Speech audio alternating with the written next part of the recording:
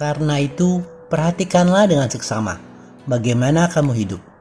Janganlah seperti orang bebal, tetapi seperti orang arif. Dan pergunakanlah waktu yang ada, karena hari-hari ini adalah jahat. Saya Agustinus. Selamat datang pada channel Touching Heavens, tempat kita mengenal dan belajar kebenaran firman Tuhan dalam Alkitab. Karena Alkitab membimbing hidup kepada Kristus. Mohon like dan subscribe untuk membantu channel ini bertumbuh dan firman Tuhan semakin diwartakan. Pada kesempatan hari ini, kita membahas perihal apa yang sebaiknya kita lakukan saat merasa bosan. Rasa bosan ada perasaan akrab bagi semua orang. Terkadang, Anda merasa jenuh dengan rutinitas sehari-hari, kehilangan makna hidup. Apakah Anda sering merasa bosan atau saat ini sedang merasa bosan dan tidak tahu harus bagaimana? Bukan kebetulan Anda membuka posting YouTube ini, karena Alkitab bisa membantu kita memahami dan mengatasi rasa bosan. Yang pertama, pahami dahulu mengapa Anda bosan. Apakah Anda tidak ada kegiatan sehingga hanya mengisi waktu dengan kegiatan yang kurang berarti, misalnya dengan browsing medsos? Atau Anda melakukan kegiatan atau pekerjaan yang sama terus-menerus? Langkah kedua adalah mengalahkan rasa bosan itu, sesuai dengan pemahaman dari langkah pertama tadi. Jika Anda bosan karena tidak ada kegiatan yang berarti, maka Alkitab mengingatkan Anda dengan ayat ini. Dan pergunakanlah waktu yang ada, karena hari-hari ini adalah jahat. Di saat Anda punya waktu, mari pergunakan untuk kegiatan yang lebih berguna. Misalkan dengan belajar skill baru. Saat ini banyak cara untuk belajar secara mandiri.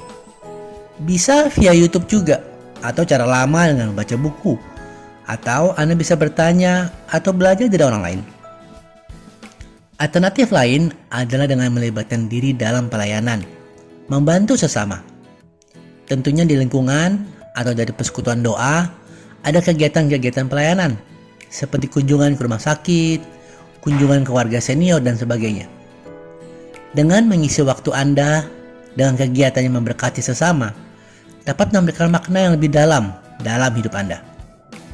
Kegiatan lain yang Anda bisa lakukan adalah dengan membaca Alkitab, atau membaca renungan, atau mendengar khotbah, sehingga Anda bisa mempelajari, menggali, dan mengenal firman Tuhan yang dapat memberikan wawasan dan pengertian baru tentang kehidupan dan tujuan Anda. Dan hal lain yang tentunya dapat Anda lakukan di saat ini adalah berdoa, mengambil saat teduh. Berbicara dengan Allah melalui doa, Anda memperdalam relasi dengan Allah, dan tentunya dapat meminta petunjuk dan kekuatan darinya dalam mengatasi rasa bosan. Sekarang kita bahas langkah kedua.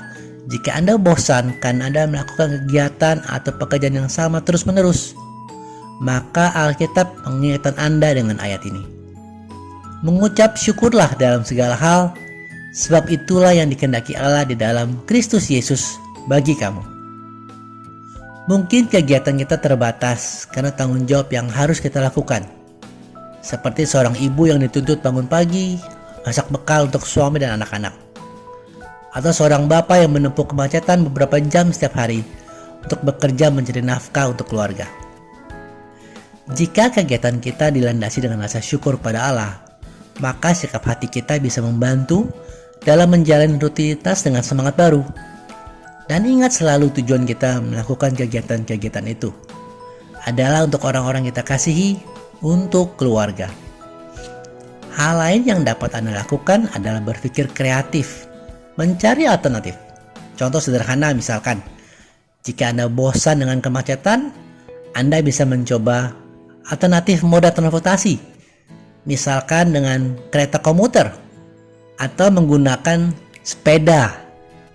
Atau juga Anda bisa mengubah jam berangkat agar menghindari kemacetan.